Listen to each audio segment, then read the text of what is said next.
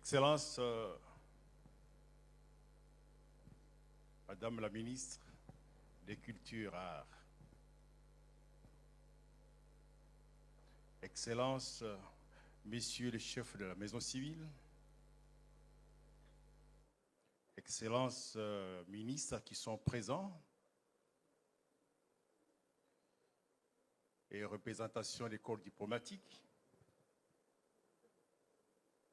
Mesdames, Messieurs, distinguées dames d'honneur, Messieurs, Mesdames, à vos titres et qualités, qui me sont d'abord permis à cette occasion de rendre grâce à Dieu, le Dieu Tout-Puissant, qui permet qu'à chaque instant nous puissions prendre l'initiative pour répondre aux besoins de notre communauté et surtout qui donne le souffle de vie. C'est grâce à Dieu que nous avons l'opportunité de nous rencontrer et de faire ce que nous faisons ce jour. Mes remerciements s'adressent particulièrement à l'excellence Madame la ministre des Cultures et Arts, qui a bien voulu s'impliquer de manière effective pour que nous puissions arriver à organiser cette activité qui honore les femmes des distinctions qui ont accompagné les grands hommes. Parce que lorsque vous suivez l'histoire de toutes les femmes des distinctions qui sont venues ces jours pour être honorées, chaque femme a l'histoire. Avant de continuer, je voudrais demander à l'Assemblée de pouvoir applaudir toutes les femmes de distinction qui sont présentes devant nous.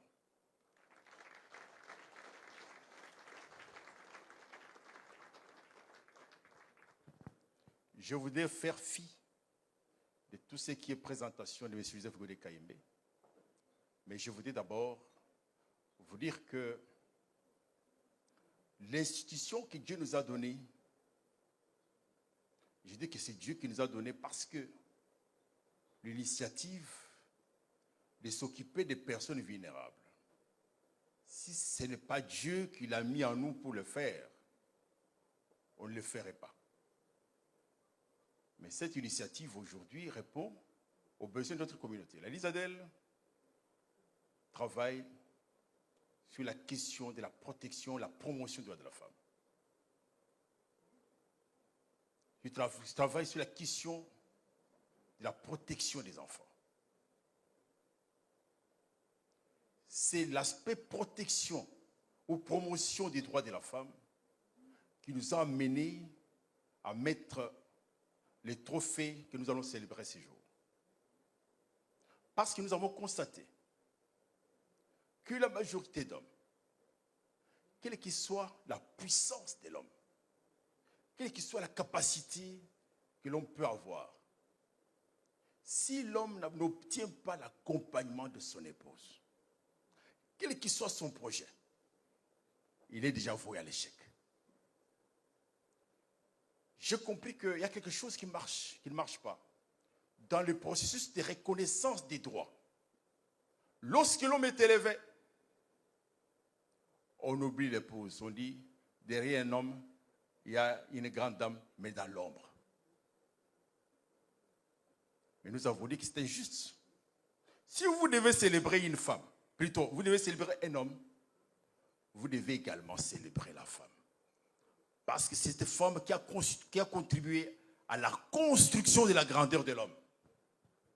Il n'y a aucune raison pour qu'on puisse l'oublier.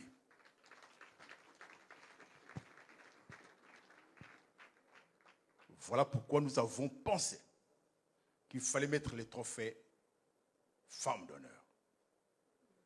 Donc, un d'entre vous se pose la question, pourquoi? Qu'est-ce que Marthe vient faire dedans? C'est un trophée femme d'honneur. Parce que l'initiative vient de votre serviteur.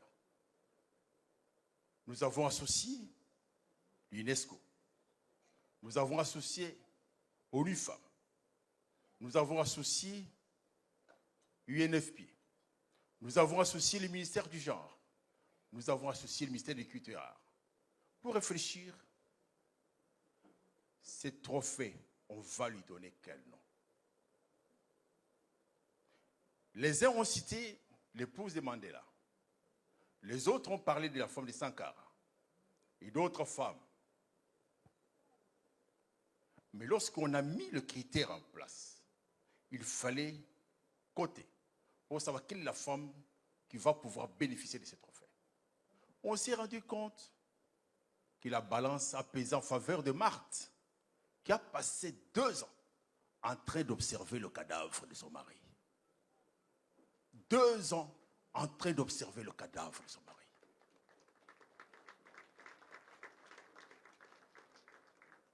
C'est ainsi que son nom a été collé au trophée. MTK Salou. Qui sera célébré chaque année pour les femmes qui seront fidèles à leur mari, qui seront constantes et qui seront engagées dans leur mariage jusqu'à aider l'homme à pouvoir réaliser sa vision. Voilà la source de l'inspiration de ces trophées. Notre souci, c'est de voir toutes les femmes s'impliquer. Madame Julienne, je pense que les trophées doivent être votre affaire. Ce n'est plus l'affaire de M. Joseph de Kayembe. Dans le processus, parce que nous avons expliqué ces concepts au gouvernement. Le gouvernement a accepté d'élever ces trophées au niveau du patrimoine national, comme au Rumba. Parce que la condition pour la reconnaissance de ces trophées au niveau international, il fallait qu'au niveau national, que le gouvernement de la République puisse le reconnaître. Je pense que l'UNESCO, notre partenaire, qui a commencé avec nous,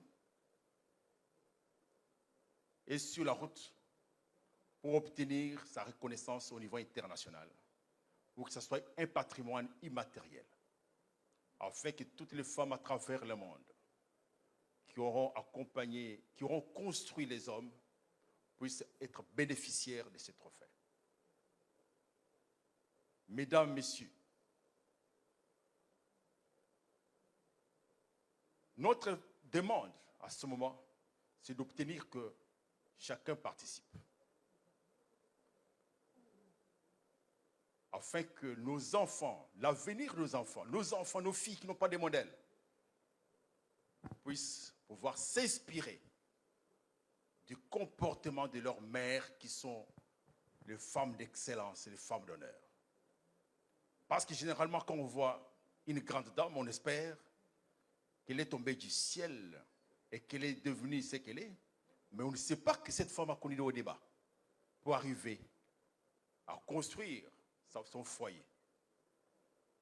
Mais aujourd'hui, nous espérons que si toutes les femmes portaient ces trophées, nous aurons la chance extraordinaire pour la République d'avoir plusieurs femmes d'honneur qui vont pouvoir aider leur mari à devenir des grands hommes.